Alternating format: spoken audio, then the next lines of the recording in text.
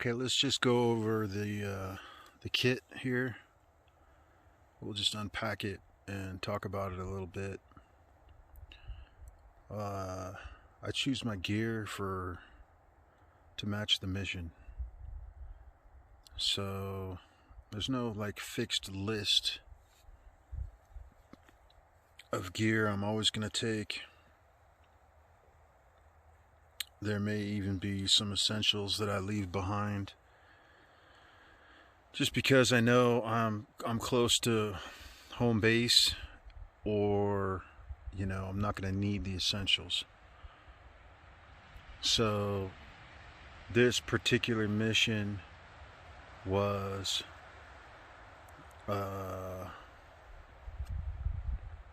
recon. This mission's a recon scouting mission, non-permissible. So the idea is to practice recon scouting in an environment where you don't want to be seen or detected. And the mission was to move through a relatively populated forest area, an area with human traffic, and then get up into the mountains to an overwatch position and take notes from an overwatch position down on the town area to record troop and equipment movements during a single overnight 2-day observation. So I needed to be light. I want to be light and fast. So if you're going scouting, you want to be light and fast. So you're going to limit your comfort items. You're going to limit your ammo. You're going to limit your food prep. You're probably going to limit some of your shelter. There's going to be some limitations on your gear because you want to carry a light loadout, very light loadout. And I'm basically matching my gear to the weather conditions, climate and weather conditions. So it's arid environment, no running water, no standing water. It's about 45 or 50 degrees at night, and it's between 75 and 85 degrees during the day. And so, there's not a whole lot of insulation that's needed. I'm not gonna need extensive sleeping kit. I'm basically just gonna have very simple sleep system and bed down on the ground using natural materials for my bedding. So very lightweight.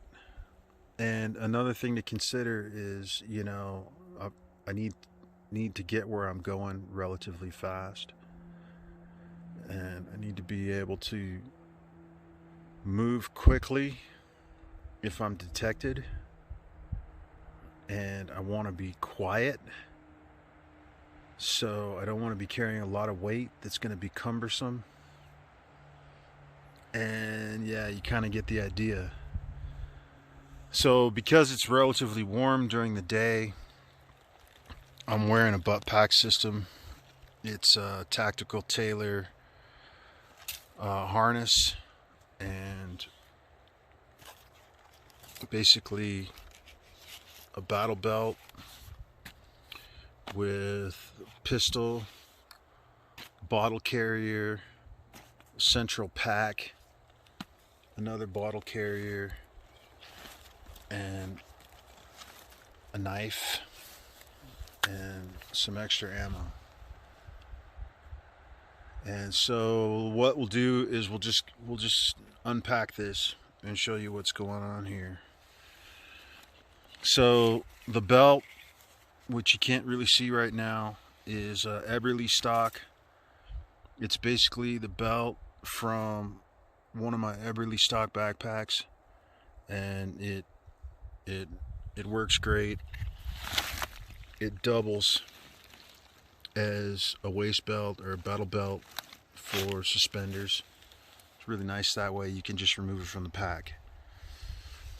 And then the bottle carrier is just a standard dump pouch, but it works good for a bottle carrier, and it works really good to hold a magazine. Magazine stays in there really good. So this is 60 rounds. This is just double mag. It's using the Israeli method to link the mags together. And then I've got another 30 rounds on the rifle, so I've got a total of 90 rounds, which is more than enough for a shoot and scoot. You know, first of all, you're doing your best to be undetected. So you're not going to be in some sort of pitched gunfight. You're going to be hiding and moving covertly, so you just bring enough ammo to provide suppressive fire and move. And 90 rounds is good. I really didn't want to carry any more than that, because for my situation I'm already carrying enough. Then the second item is, of course, stainless steel water bottle. These are the Nalgene bottles. They're like over a liter. Very useful. If I need to, I can boil water in there, but there's no standing water in this area at all right now, so that's not really going to be necessary. And then the next item, which is also hooked up in the dump pouch, a bottle carrying pouch, is my belt knife. And it's just a home forged, homemade belt knife. I mean, my boy made it. It's actually a great knife. It's got a rolling bevel there, so it's really good for heavy duty activity. It's carbon steel, so it'll rust. And it's just forged. It's designed with some titanium knife pins, so this can be tied onto a pole for throwing purposes. It's got a steel pommel coming out the back. It's just a smart French trapper's design, and you can pretty much use it for whatever. Food prep, self-defense, you know, fire prep, you name it.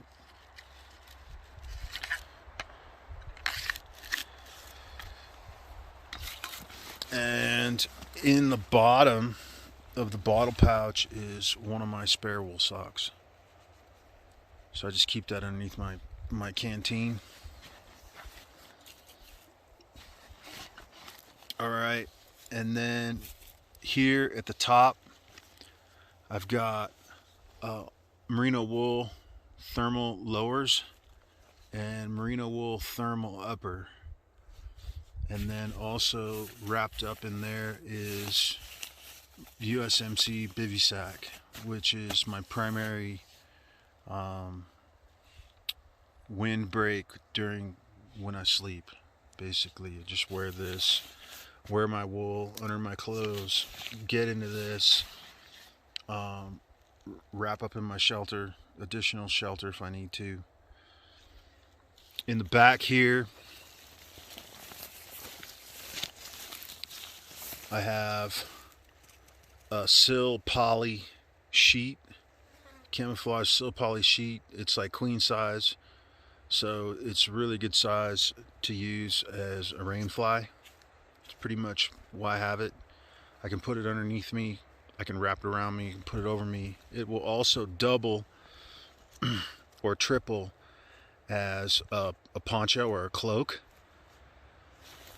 And with that, I've got these button beads. So you just use your cordage and you tie a button bead into the sheet wherever you need it, and that's how you anchor your sheet down. The button beads also will double as ranger beads if I need to use them, but I'm in a known area. I know how to navigate my area by sight, so that's not really essential.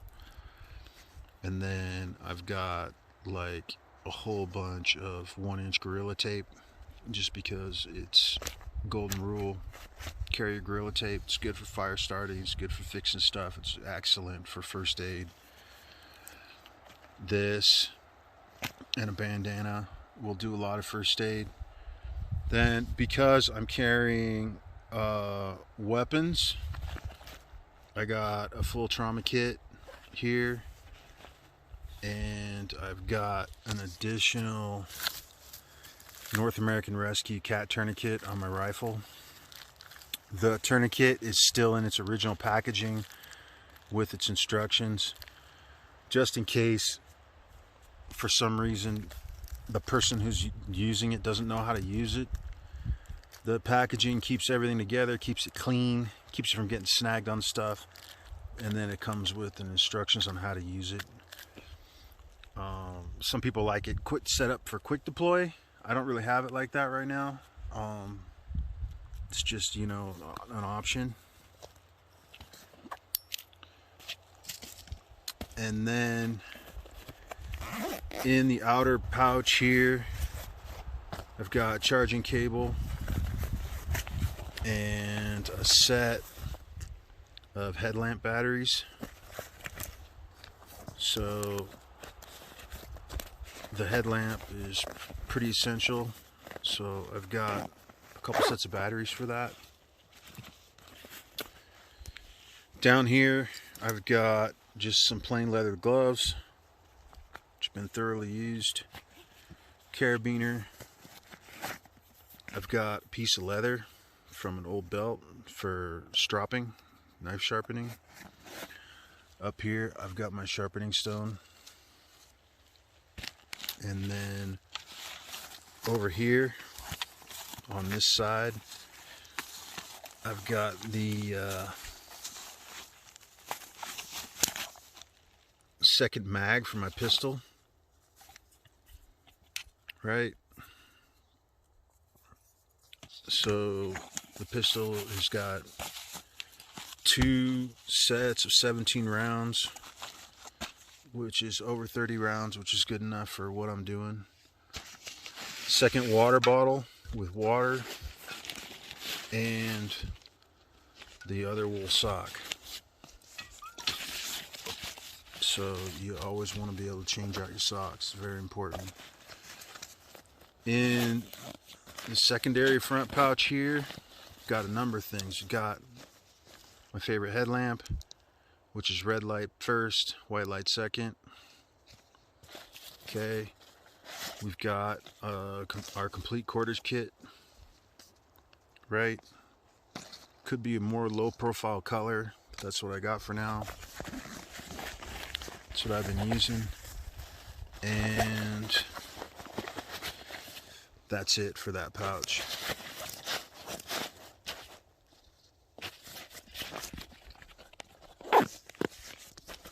In the upper front pouch, got a number of interesting things here. We've got drink mix, because I like it. We've got earbuds, because they're useful. Driver's license. Paper for taking recon notes. Just as a note, this should be right in the rain. It's not, but that's what I got for now. 3 different kinds of pens. Sharpie ballpoint, mechanical pencil, and a Sharpie fine tip. And then we've got another set of batteries, taped up and baggy, lighter, second flashlight, little keychain flashlight, and can opener, which is always useful, especially if you have to scavenge. If you're in a situation where you got to scavenge and you come across some canned food, canned goods. Money for phone call if you ever find a payphone. So that's kind of like all the smaller items up there.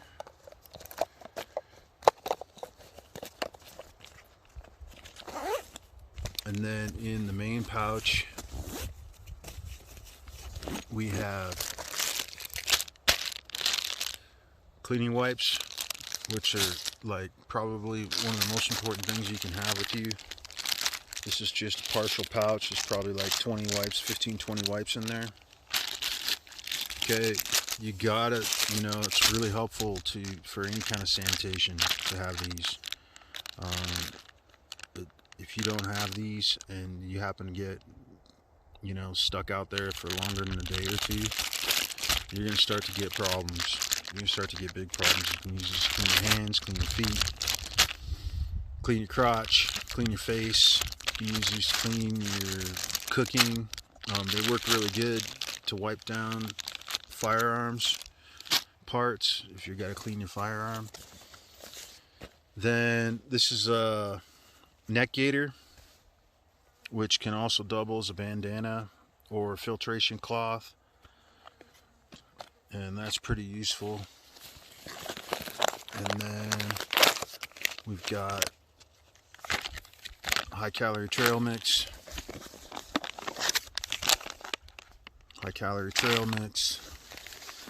and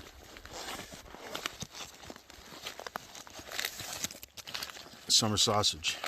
So, as far as the food component's concerned, it's probably more than I need for 2 days. I mean, I could just go without any food whatsoever and that'd be just fine, as long as I just have my water. But I'm gonna eat a little bit while I'm up here, so these items are in here.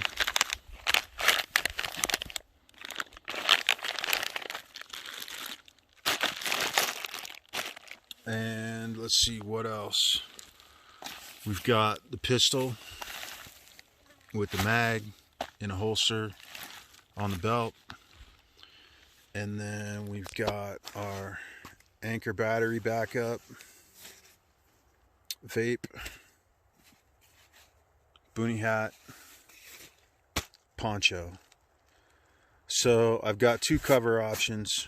I've got the sil nylon sheet and the poncho. It just happens to be useful to have both, especially if you're going to be sleeping on the ground on a like bed of pine needles. Sharpening stone on a lanyard. Burt's Bees lip balm, which is primarily beeswax, which is good for a lot of different things. You can lubricate your weapons with this. It's good, you can oil your leather with it. You can do a lot of different things. Then pocket knife, standard pocket knife. It's sharp. And then I don't like using a knife clip, like a pocket clip on my knives. I don't like having them on there, dude. I like to have a smooth knife. And so what I do is I just have like a knife fob, which is a lanyard. This allows me to put this in my pocket, and this hangs outside.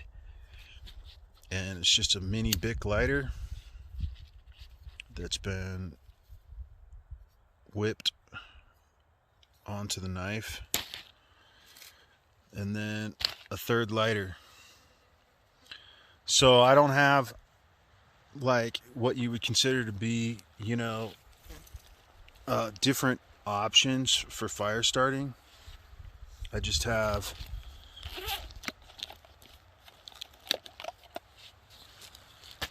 three lighters, which is pretty good. You know, you could have all sorts of different stuff. But I happen to be it's at 7,000 feet in Ponderosa Pine Forest, and so fire starting is not a problem. It's like this is like the easiest place in the world to start a fire at any time of year. And then up here I've got a Sunto compass, which also doubles as a signaling mirror if I need it, and GPS, which is just really, you know, you could have a map, you could have GPS. It just depends on the mission. So if you're going to be doing a lot of movement over long periods of time in an area that you're not entirely familiar with, then yeah, it's great to have a map. But I got maps in the GPS, and the GPS is great for recon, observation, scouting activities, because you can mark locations on here, lat long locations. You can bring them back to base camp, and it's just ends up being good intel. So if I combine this and this with my paper and pen, I've got pretty much what I need for this particular mission. All right, and then let's check out the rifle real quick, just for fun. We got the North American Rescue Cat Tourniquet, just on here with some big rubber bands. You can use black rubber bands if you like. This is like not exactly camo, it's not concealed, so if somebody's looking, they're gonna see some color. I've got a red strap on my trauma kit here, and I've got red band-aids on my tourniquet. Also military timing device with chronograph and date function. It's also tritium, so I pretty much can see this at any time, 24 hours a day, no problem. Standard rifle. It's got the Magpul bipod. Alright, bipod's really useful. A lot of people, you know, may not really understand that, but bipod, in my opinion, is like super useful item,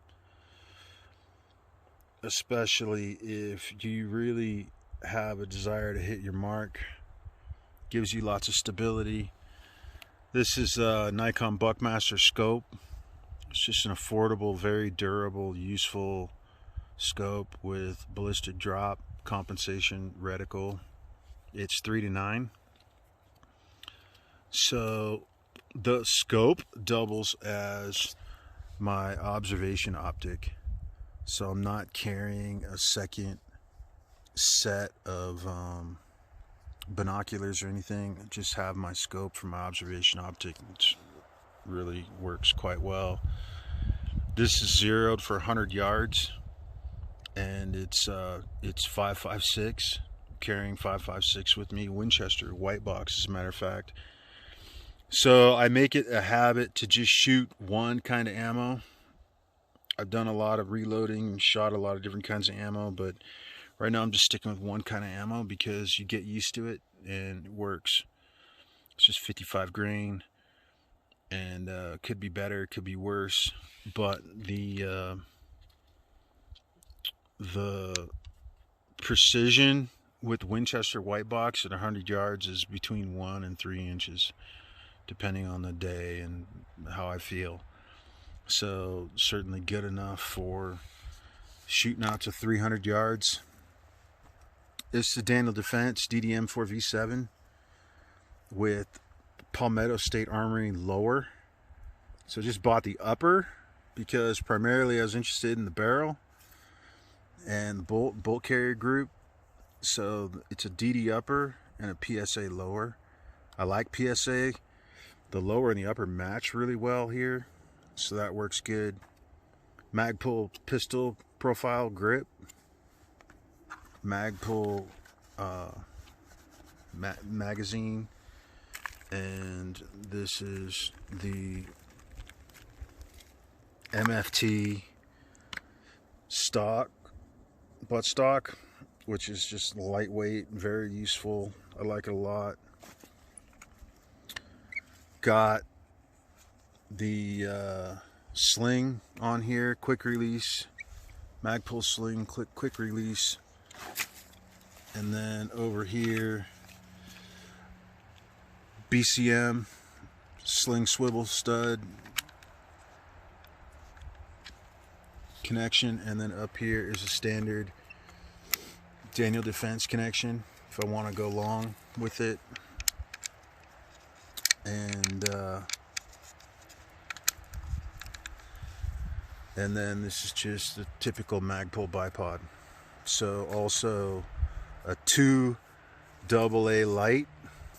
So it's just a rear push button light, but it's good enough for me, good enough for my purposes, and it's super bright, you know, super bright. So in my opinion, if you can have a light on your rifle, you want it to have good range and brightness. So that's about it. I mean, all together, everything probably weighs like 40 pounds. And this is basically what I would use as you know, civilian militia guy who's running a scouting op to determine, you know, what, you know, military strength, you know, if there's like invading force moving into your town, then you're gonna want to, the mission would be to move quick, get up where you can make observations, and get out. So another item that might be useful in that situation is a radio. So I have a radio, but for this mission it was just a matter of going up to a lookout point and taking notes, observations, photographs, stuff like that.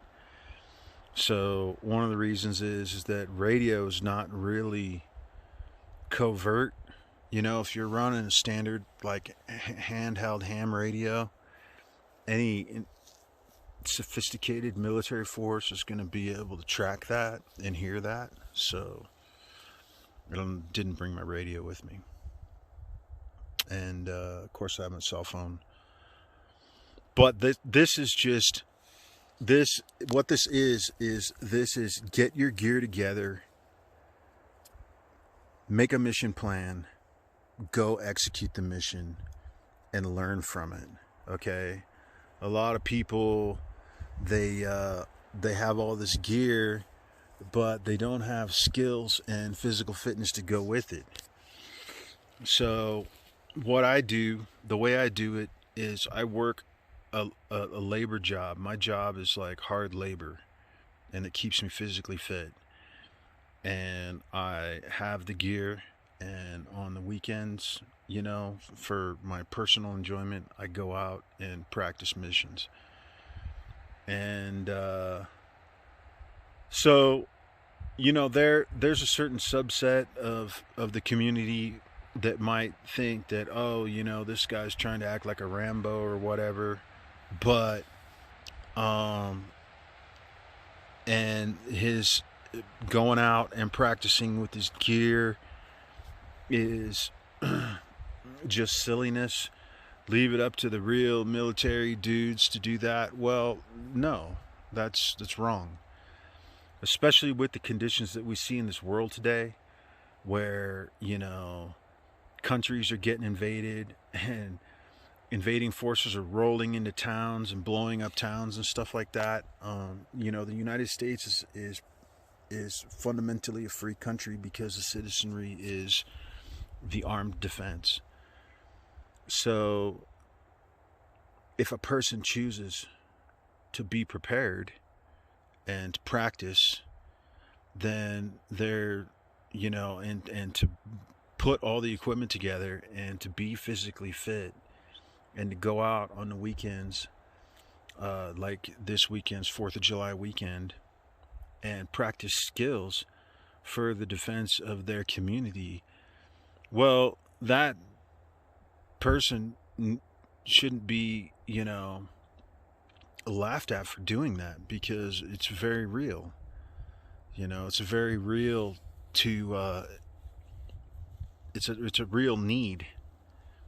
And, sitting at a keyboard or sitting in a lazy boy and whining and complaining about, or criticizing people that actually put their gear together and go out and exercise and implement their kit, they're ignorant. They're very ignorant. So that's what I do, and I've been practicing skills and doing this stuff my whole life. Started out just spending most of my time in the wilderness. I've grown up in the wilderness. I'm a biologist, environmental scientist. I'm an Eagle Scout. I do forestry work for a job, and I just rather would be out in the wild than in town, and so that's what I do. That's who I am. Just a very classical American who does, traditional outdoor preparedness activities, survival type activities. So this is it. This is the whole kit. This is everything I need. It's not extreme environment, except for the fact that there's no water, so I have to be careful about my water. And I am just a couple miles away from a base camp, and just wanted to get out and stretch my legs. I get plenty of exercise, so I did climb up. We are up here. This is about 7,800 feet. So it's about an 850 foot elevation gain from where I was at. And, if I sound tired, it's just because, I carried all this kit up the side of a mountain. And let me see, one last thing is the boots. All right, these are Danners. They're combat boots. They're the Danner Rack combat boots. They work pretty good, for forestry boots. They work pretty good. And then this is Smart Wool. So there's a lot of different wool socks you can get. I'm kind of liking the Smart Wool right now. And then this is liner sock, and wool outer sock, and a synthetic liner sock. Those things work really good, man. And you can go a long way with a pair of combat boots and proper socks. And then I've got camouflage, like synthetic quick dry with a hood and a neck gaiter built in, and then just some tan khaki cargo pants. Oh yeah, and reading glasses. So this kit works really well for me. I've been practicing with it. It's just my short duration 48-hour single overnight kit. So I guess you could say 36 to 48 hours, with limited water. And it's not heavy. It's not a backpack, because it's hot weather. And I want that ventilation on my back. So wearing the load-bearing suspenders works really well. And yeah, that's about it.